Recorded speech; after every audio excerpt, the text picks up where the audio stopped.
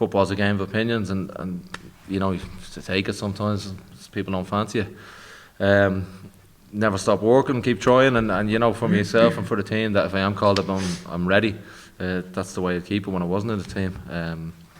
But yeah, it's a bit of luck on my part, you know, come in and performances I thought have been decent. Can always be better. I think for everyone we can be better. But yeah, listen, it's like I said, a week's a long time in football, and the last 1 or 2 months show that. It's like a change round of a couple of years. Brian, how do you assess, like, 2016 when you did this, flying in the league and everything, now compared to this year? Like, is there any similarity? I don't think so anyway, with this year and how we go here, let's be honest. We've got such talent, and we've got a great group of lads, like, there's no doubt in that, and I can tell you that the talent, we have a bigger squad with an abundance of talent. But yeah, it's been a different year. Like, the way we, like, you don't have to tell the story of the last month or two. It's a different sort of style of playing even at times, and completely different, but there's different ways to reach the same destination, and you know, this shows it. Do you appreciate this one more? For me personally, yeah. A lot of us have got a lot of stuff flung at us this year, last year. You know, in the last thing, and I suppose as I'm getting older, you know, a lot of people write you off, and that's just football. Like I said, it's opinions, but it's always nice to prove them wrong. And but I think this group and this journey symbolises that. Like look where we were, and the stuff that we've had to go through in the last few months, last couple of months, and the mental strength and fortitude from every player in that dressing room, to stick to it, not give in, and back themselves and work their socks off, and this is the reward. Brian, I mean, 40 days obviously it feels like a long time, maybe it's a short time in football too, but given where your league form was at, given you've been knocked out in the Champions League qualifiers, as a group of players, did you feel a pressure to try and turn the season around at that point? I don't think there was a pressure. I think because of where we were, there was no pressure. That might have helped as well, like, because of their performances, and you know, they weren't great performances, but there were some of them that weren't bad performances. We didn't win games, we dropped points, and it's a bounce of a ball, and a couple of decisions that didn't go our way, and other years they're going our way. And you know, you'd be 4 points different, and it's completely different opinion. You see what 4 points in that league does in terms of, you know, how close it is. But yeah, I think maybe it took off a bit of pressure, and it was a great distraction. Like, yeah, the league was what it was, but like, you can be heroes here. This is where we can go. This is where you can make your mark, and this is where, you know, you'll make lasting memories, and I suppose set yourself aside from the rest. Just in terms of tonight's game, given that you're in such a good position, 2-0 up, a couple of minutes into the second half, what happened that you kind of retreated back into your shell for about 20 minutes after that? I think maybe our intensity just dropped. We let them get a foot on the ball, get their head up to pick the long balls. We knew exactly their game plan. We knew what they'd do, and I think maybe concentration and that just died a little bit, and we lost our way. A couple of second balls didn't go our way, and then as a back four we dropped off a few yards, so he gets that couple of yards to turn and shoot, and then anything can happen. And when playing a team like that, we talked about it before, said it when we're going out, that they're going long. If you drop off, you know, any bounce of the ball is in around your box, and anything can happen. And you see that, I think it took a little deflection and skips off the ground and probably speeds up the shot, making it harder, and you're always liable to do that. Anything can happen. So when that happens, you know, when it's 2-1, your back's against the wall. The team's always just going to throw everything at you, and that's their way anyway to play. So, like, I think if, you know, we dug in, we knew we could hit them on the break. When they attacked, was an opportunity for us always. But I think, yeah, we look back on the performance, and the second half was as poor as we've been in the last, I suppose, since the new gaffers come in. Filippo was saying that he wants Spurs in the group stage. Is there anyone in particular that you want to draw against? No, there's a debate there. One or two lads brought it up, but when you look at the pots this time, you look like AC Milan are still drawn, and but they're pot 3 and Leicester are pot 3. You know, there's giants of clubs around the place. Spurs new stadium, obviously, with all that, and you know, it'd be nice. But listen, ultimately, you want to get games as well. Pot 1, the seeds, you know, you're going to be up against it, and there's always the risk of, you know, big teams turn you over too easy and that. But we want teams that we can compete against and give us the best chance of picking up points, and like we did in 2016, pick up points, and we came away from that with a little bit of regret, because so close to Zenit at home, you know, and so close in a few games that a couple more points, you know, you never know. So yeah, nice to get big toys, but we're not there just to take part. If you are, like, you know, it's the wrong attitude completely. We spoke about the morning after you were knocked out of the Champions League, and I think there was, you know, some stuff going on about if Vinny was going to stay or go, and he didn't know what was going to happen. I had said to you then, 40 days later, you'd be sitting here getting ready for the group stages. What would you have said? Yeah, I don't know. Even to say, like, I've played a few games as well, like from coming out of the cold and playing. But I've been around football long enough to know, like, it's capable of happening. One change, when someone gets injured, you're in, you do well, and that sort of thing. Like, is so you always have to have that hope and that belief. If you don't have a bit of hope, like, you're never going to achieve that. How did Filippo and Giuseppe not win the group over, but like that first day when they came in, there was obviously a lot of stuff that week. You know, who are these guys coming in? But they seem to have got off on the right foot, which were all straight away, and that must have been big.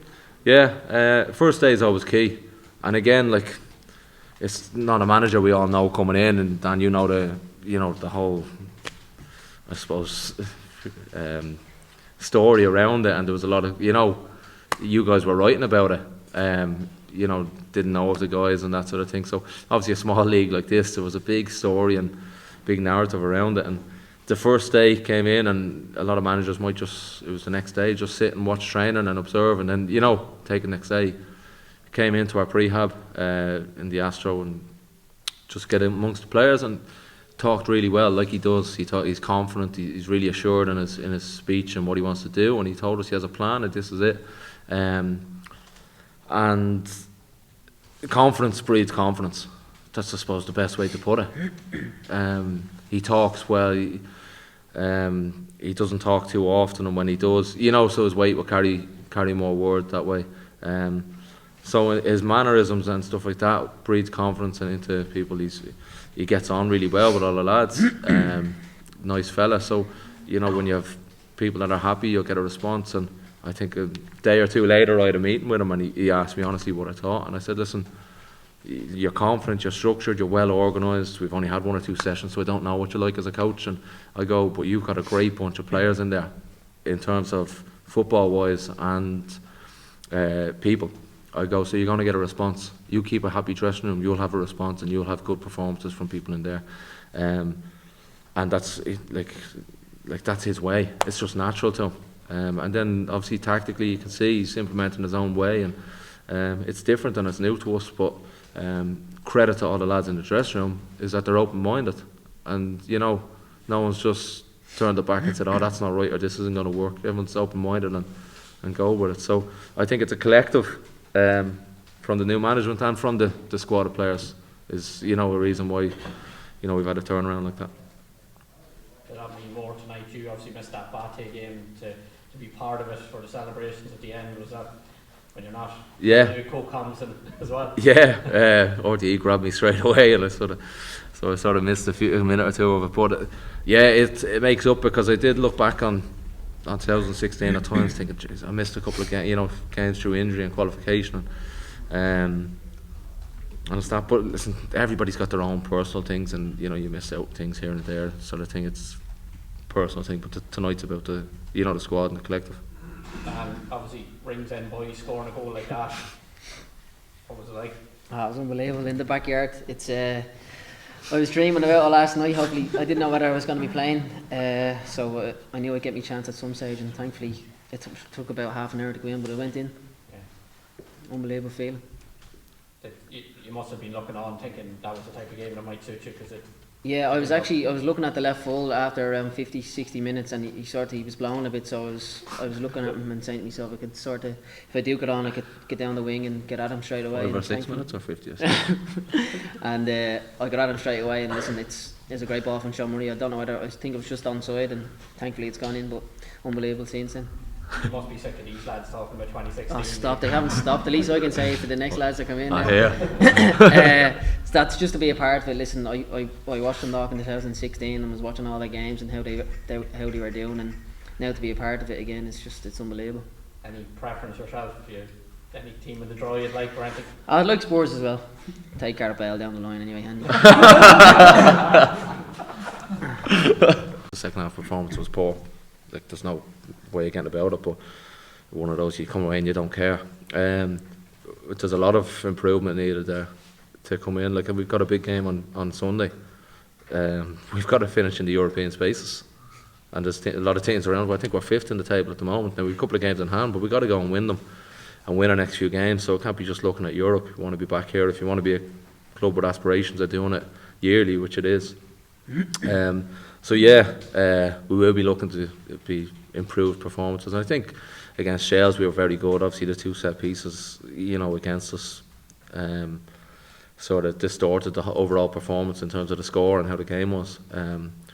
But we're slowly building and improving, and we're never happy. I think it comes across between the manager and the lads the way we respond that way. We're never happy until we're showing signs of up over 90% performances. Dan, I heard you talking the build up and you were hoping maybe your uncle might get in as a steward. He let us in through the gate when we were coming in. I think he asked his boss there on Tuesday night to see if she could let him in, so thankfully he's got in. But I seen him coming in, he gave us a nice wave when we were coming in on the bus. Yeah, it's good to go home that someone could have the family around here. Yeah, no, it's great. It's my mum's brother, so he's worked here since the last 15-20 years. My dad used to work here as well, but he's a lovely fella, and he was buzzing after. I didn't get a chance to see him, but before the game he looked real happy and waving and stuff to all the lads, so it's just a great night all round. So he's been working here 20 years. How long has he been waiting for you to score here? Oh, Jesus, I don't know. It's got a long time anyway. I was dreaming out, as I said last night, so thankfully I've notched. I was only saying to Darragh and Davey and Cammy this morning and last night, say that I haven't scored this season. I'm sort of due one, so thankfully it's no better time to get one than tonight. Thank Cleary's outfit actually was security Yeah, he here was, tonight. actually, He got it. Yeah, he just got a one-off job I think tonight. So it's nice for them.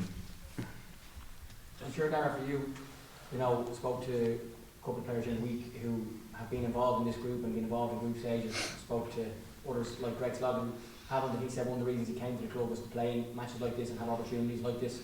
I'm sure you'd be similar. Yeah, definitely. That was probably one of the major factors why they come here.